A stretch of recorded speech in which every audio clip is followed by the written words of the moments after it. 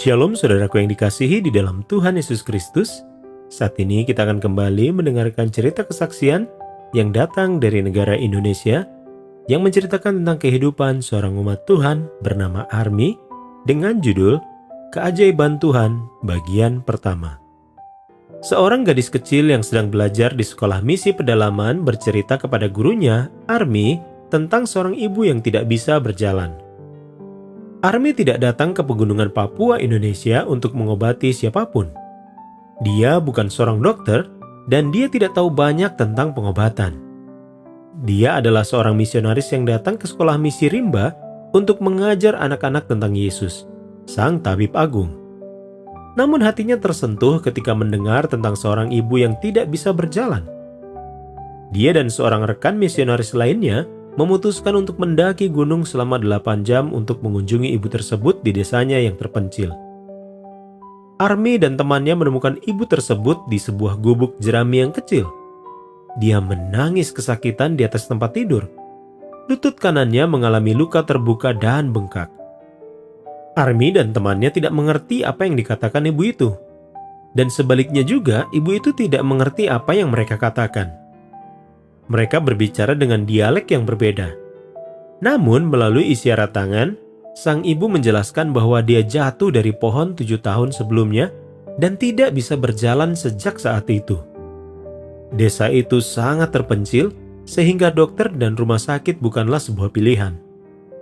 Setelah jatuh, suaminya pergi begitu saja meninggalkannya, sehingga dia harus membesarkan 4 orang anak. Sang ibu sangat senang atas kunjungan tersebut. Dia telah kehilangan semua harapan. Dia menjelaskan bahwa dia menaruh harapan barunya pada Army dan temannya. Tolong bantu saya untuk bisa berjalan lagi, Pintanya. Army dan temannya melangkah keluar dari gubuk. Mereka harus berdoa kepada Tabib Agung. Tuhan, tolong beri kami hikmat. Kata Army. Tunjukkanlah kepada kami bagaimana cara menolong ibu ini, walaupun kami tidak tahu banyak tentang pengobatan. Kembali ke dalam gubuk, Army dan temannya dengan hati-hati membersihkan luka itu. Bulir-bulir keringat mulai bercucuran di wajah mereka. Mereka khawatir lukanya semakin parah. Para tetangga berkumpul di gubuk untuk melihat, dan Army serta temannya benar-benar mulai berkeringat. Mereka bertanya-tanya apakah nyawa mereka terancam dengan para tetangga yang memperhatikan setiap gerak-gerik mereka. Kemudian Army berbicara kepada wanita itu tentang Yesus. Hanya satu yang dapat menyembuhkanmu. Katanya menggunakan gerakan tangan untuk membantu wanita itu mengerti. Dia adalah Yesus. Ibu itu belum pernah mendengar tentang Yesus. Tidak satu pun dari tetangganya yang pernah mendengar tentang Yesus. Mereka mempraktikkan suatu bentuk mistik. Saya tidak tahu apa-apa tentang Yesusmu, Kata ibu itu. tetapi saya akan menerima siapapun yang dapat memulihkan kesehatan saya. Setelah membersihkan luka itu, Army menawarkan satu-satunya obat alami yang ada di dalam ranselnya, arang dan tablet vitamin C. Dia kemudian mengajak ibu dan para tetangga untuk berdoa.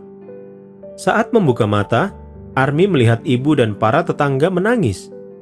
Dia panik, bertanya-tanya apa yang terjadi.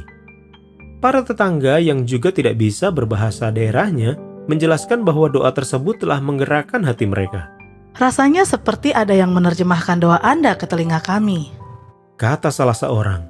Kami dapat merasakan kehadiran yang mengelilingi kami ketika Anda berdoa. Kata yang lain. Kemudian Army menoleh dan melihat wajah ibu tersebut. Wajah itu telah berubah sepenuhnya. Setelah sebelumnya terlihat kesakitan dan penuh dengan penderitaan, kini wajah itu bersinar dengan sukacita dan kedamaian. Army berjanji akan kembali minggu depan untuk melihat perkembangannya. Army dan temannya mendaki selama 8 jam untuk kembali ke rumah. Sambil mendaki, mereka berdoa. Bagaimana mereka bisa menelepon mendapatkan informasi medis untuk menolong sang ibu? Di mana mereka bisa menemukan sinyal ponsel? Mereka tinggal di pegunungan dan sudah berbulan-bulan tidak mendapatkan sinyal ponsel.